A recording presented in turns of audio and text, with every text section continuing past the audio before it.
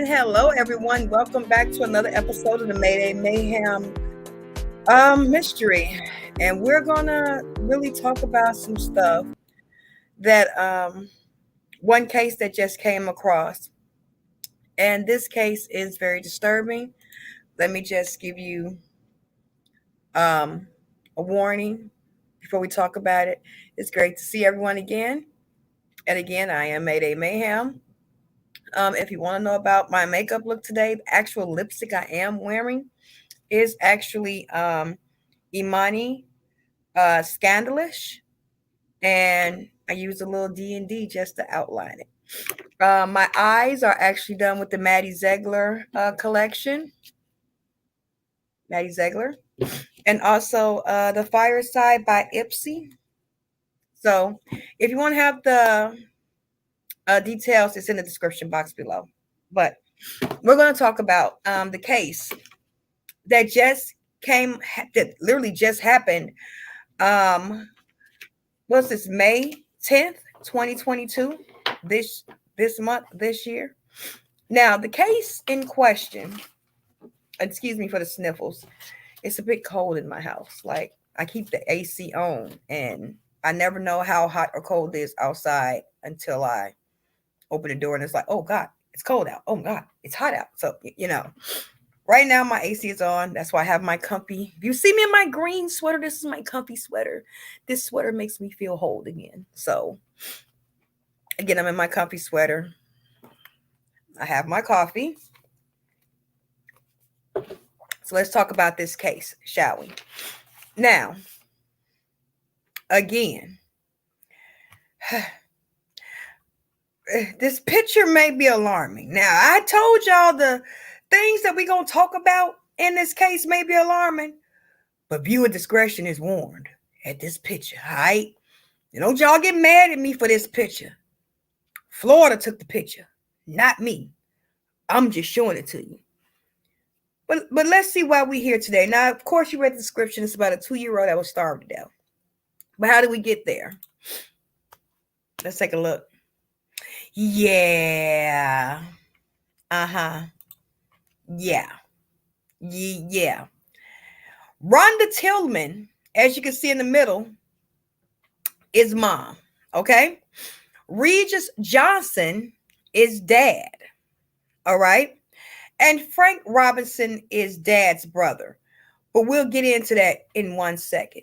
First, let's start with Rhonda Tillman, which is the woman in the middle. Just saying. Now, they had a 2-year-old child. The child's name has not been identified yet. They have not released the child's name. We do know it was a little girl. Now, mom, Rhonda Tillman, is 35. Dad, Regis Johnson, is actually 57. I got my notes right here, y'all. He's actually 57. Now, he weighed in at a whopping 213 pounds. Mom, 35, weighed in at a whopping 145 pounds. Would we like to know how much the 2-year-old weighed? Y'all want to know? Let me take these monsters pictures off of here. Do you want to know how much the child weighed? 9 pounds. 9 pounds. Imagine a 2-year-old weighing 9 pounds. I can honestly say, when I had my last child, she was the biggest baby I had. And when I took her for her follow-up, after 3 days, you do a follow-up when you have a baby, she actually gained weight. They was like, it was unusual. They're used to children losing little baby fat, but my child actually gained weight. And that was something with all my children. Now, at 2 years old, this child should have been weighing 32 pounds. Now, this happened in Florida, okay? Now, this child should have been weighing 32 pounds, should have been walking, talking, running, jumping, things that most of us listening have nieces, nephews, children, and this baby wasn't doing this. This baby was literally, and here's the viewer discretion advised. This baby was literally in a inflatable swimming pool. Uh-huh. Yeah. She was actually in an inflatable swimming pool, makeshift. She only weighed 9 pounds. She was unable to walk, unable to talk, unable to say, look, I'm hungry. I'm sleepy. I need a nap. I want to lay down. I want my diaper changed. She was too weak to even do that. Too weak. Now, she was born around, last time the baby went to the doctor that they have on record was January 2nd, 2020. Again, this was right around COVID. So a lot of people were not taking their children to the doctors. A lot of people were not taking their children to school because the schools was closed. The doctor's office was closed. Everything was pretty much shut down around the world and, of course, in America. So with that being said, the child didn't see the doctor. The last time the child saw the doctor was May 10th, 2022. That's when the child was pronounced dead, deceased. Now, how did the child get pronounced deceased? You know what happened? The father here, Regis Johnson, he called 911 saying that his child was unresponsible. Rhonda Tillman, again, the mother in the middle, said that the child was unresponsive as she had tried to call 911, but they didn't answer. I don't find that likely. You call 911, they answer it, especially if you're saying a child is not breathing or it's unresponsive. So the father calls 911, child's unresponsive. Get her to the hospital. They ask, well, when was the last time that this child ate? Because this child was literally skin and bones. Literally, like skin and bones. Like the only thing that probably weighed the 9 pounds on this poor little baby was probably her bones. The child was severely malnourished. They asked the father right here, Regis Johnson. See him right there? Yeah, him. They asked him, well, when was the last time the child ate? He said, oh, the child had a sandwich and some chicken nuggets and something to drink yesterday. Of course, when you pass, and of course, when it's under circumstances like this, what do? They do an autopsy. That's going to tell you what was digested, what was the chemicals in your stomach, when was the last time you ate, what did you eat before that? Is it any fecal matter inside of your intestines? Because if it's fecal matter inside your intestines, that means you have been getting nutrition and you have been eating food of some sort. You see what I'm saying? They found 0 food in the child's stomach and very minimal fecal matter in the lining of her intestines. So that means this child was severely malnourished because, fecal matter can be inside your abdomen for days on end. You know what I'm saying? Especially if you're a person, like some people, not to be gross, some people do not use their bowels every day. Some people go maybe once every other day. Some people have IBS where they're going 20 times a day, but it's still fecal matter inside of the abdomen that can tell when the last time you ate. What did you eat? What time did you eat? What substances were in the food that you ate? You know what I'm saying? Could even pin down that, oh yeah, it was a chicken nugget. Or, oh yeah, it was a sandwich. That's what the stomach can do. They found none of that inside of this poor 2-year-old's body. Nothing. Now, they worked. They had allegedly a job. Allegedly. Now, Regis Johnson allegedly worked with his brother, Frank Robinson. And they all pretty much allegedly lived together. Okay, they all allegedly lived together. So that means that Frank Robinson saw the condition of Aranda Tillman and Regis Johnson child and did absolutely nothing about it. Okay, this is what they're, of course, any child abuse case is the worst case scenario. But in this situation, this is a worst case scenario. It was food in the house, so there was no reason that the child wasn't eating. They even had a business, something like the first class traveling service, where I guess they transported people or whatever. And it's even alleged that, accordingly, quotations back in the day, that Regis Johnson used to be Aranda Tillman's counselor in a church. You see, this is why I ain't trying to bring Jesus or no church into this, but this is why I don't be messing around inside those buildings. It's nothing but evil people. I praise the Lord on my own, and He know my heart is pure. I'm just saying. Now, as of now, they have been charged with aggravated child neglect, which will probably, of course, translate into murder later on once they continue getting the autopsy done. And again, the brother knew that this child was being abused and did nothing about it. There were other people in this child's life that saw this child being abused and did nothing about it. Absolutely nothing. And the way that they're announcing, like, this child between January 2022 and May 10th, 2022, this child only gained 1 ounce. Let's let that sink in. 1 ounce. Ladies and gentlemen, some of my wigs weigh more than 1 ounce, and I'm pretty sure some of y'all's do too. Okay?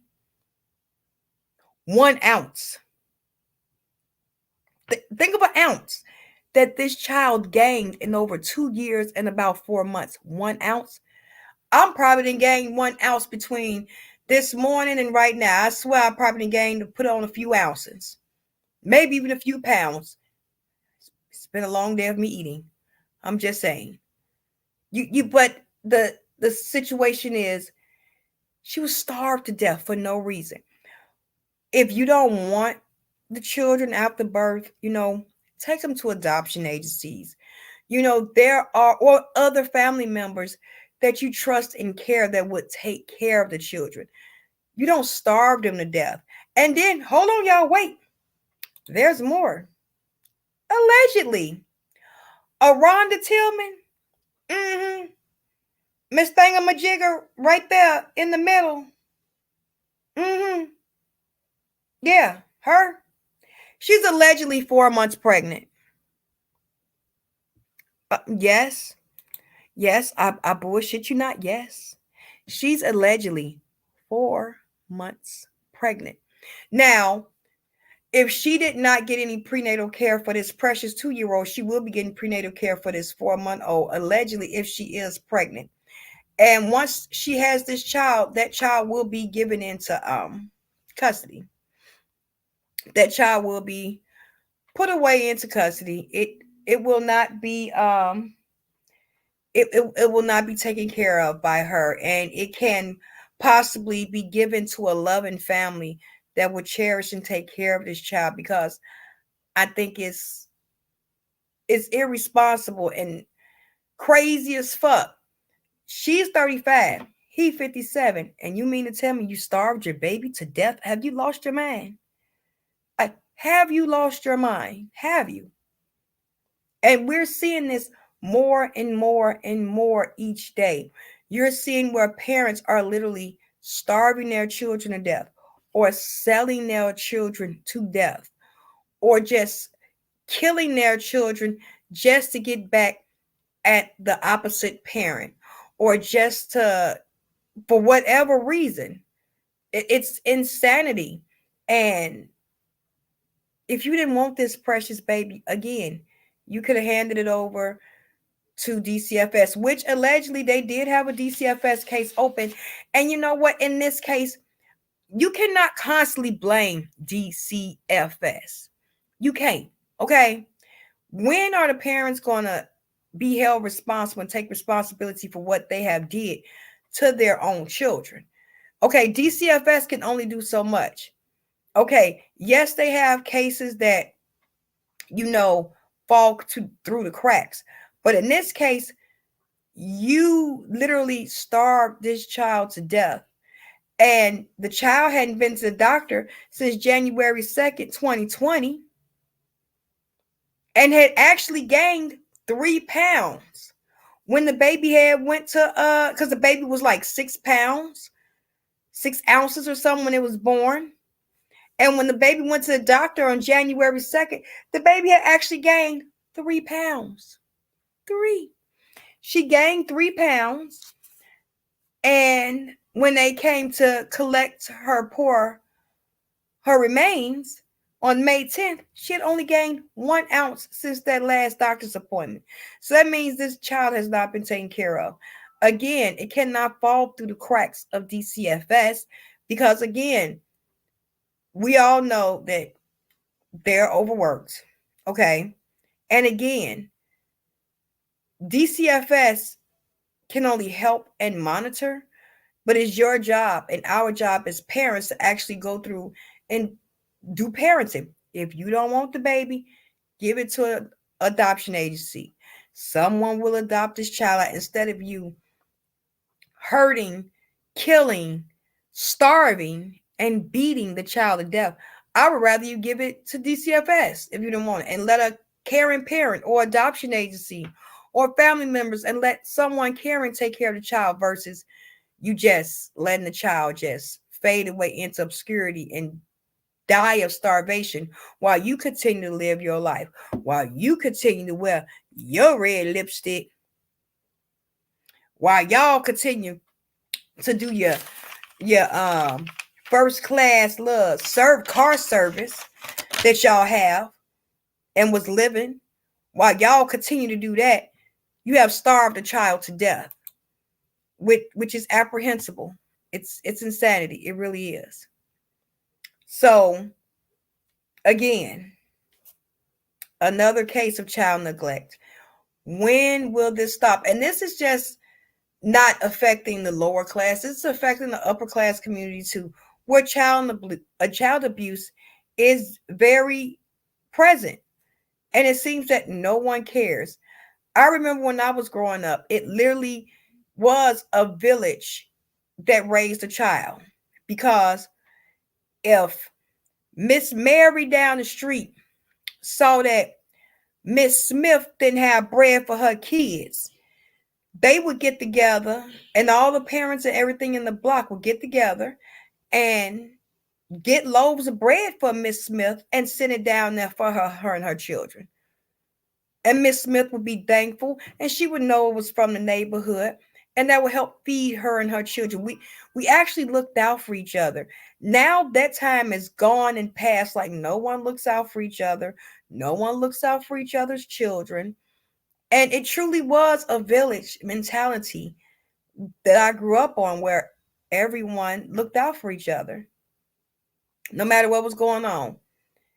If they saw that little Jimmy down the street needed some new shoes, somehow, some way, Miss Smith, she might have some brand new shoes that her baby couldn't wear. And guess what? Instead of her taking them back, you know what? I got a pair of shoes that Johnny couldn't wear. Go ahead, give them to Jimmy. They brand new, ain't never been worn. Guess what? Jimmy got a brand new pair of shoes. That eases slack up off the mother to maybe get more help of food or rent. And it was more of a community type thing. And we all looked after each other's children. Now it's to the case that if you see someone's child starving, you will say nothing. If you see someone's child in distress, you will say nothing. Me personally, no. If I see something, I'm going to say something like, what the fuck's going on here? What's wrong? Is there an issue? Is there a problem? Is something wrong? Do you need help? Do you need resources? We can call resources and get help, but it's just like you seeing a crime happen and you not stopping the crime. And then now that crime is at your front door and you're wondering why no one stopped that crime for you because it wasn't stopped before you.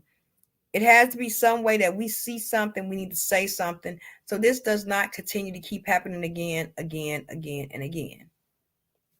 I'm just saying, I'm tired of seeing our children die.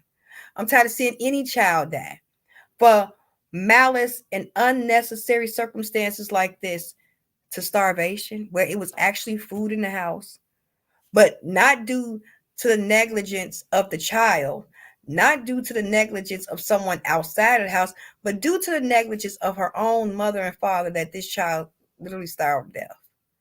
And this is not the only child in America that's happening to. It's happening to multiple children a day. And somehow, some way, something needs to stop. It needs to be, this curse needs to be broken. And this is literally a worldwide thing. This is not something that just happens in the Black community or just in the white community no, this is something that happens worldwide, and it needs to be a halt put to it.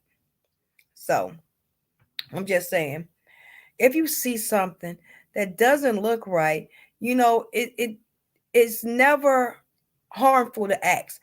Now, even in this case, doctors did, allegedly contact DCFS. Things were done, but again, DCFS cannot watch every last freaking child. And I have seen so many posts where people say, oh, well, single mothers are the ones that have DCFS cases and beat their children and starve their children.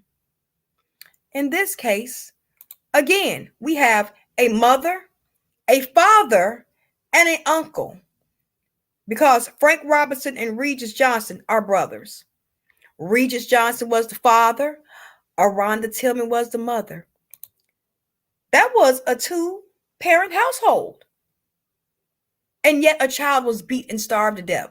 So this is not something that's limited just to single parents. No, this is all children, all parents. Take accountability for your responsibility to be a parent. And we cannot keep pushing everything off on DCFS, because let's be real, DCFS didn't have these kids. It was your choice to have this child. So why hurt this child and disrespect this child so much to neglect? And now you're going to spend the rest of your life in jail and allegedly bring another child into the world. Tell me, where does that make sense at? I'm just trying to figure out, where does that make sense? So you have these children. There are plenty of parents that will love to adopt the children because they are unable to have kids for some reason, or a single parent that will love to adopt a child because for some reason they can't have children. There are resources that help guide children into great homes. There are even private adoptions, but there's no reason that these children should lose their lives and die for absolutely nothing. So we will be ending our stream for today. I want to thank everyone that came in, that watched, anyone watching the replay. Again, I want to thank y'all for watching. If no one told you they love you, I do. I truly, truly do. And make sure you do better today than you did yesterday and strive for a better tomorrow today. Your precious cargo, it's only one of you. So make sure you respect yourself enough that, of course, if you have children, you wouldn't harm your children, that you would try to seek help for yourself and your children. But things like this need to stop. They really do. So again, thank you for watching. Please like, subscribe, and share for more content. And we'll be having more interviews over there on the podcast. So don't forget to check that out. Again, I'm your girl, Mayday Mayhem, and I'm out. Everyone stay safe, stay healthy, save your peace, save your comfort, and I'll see you guys next time.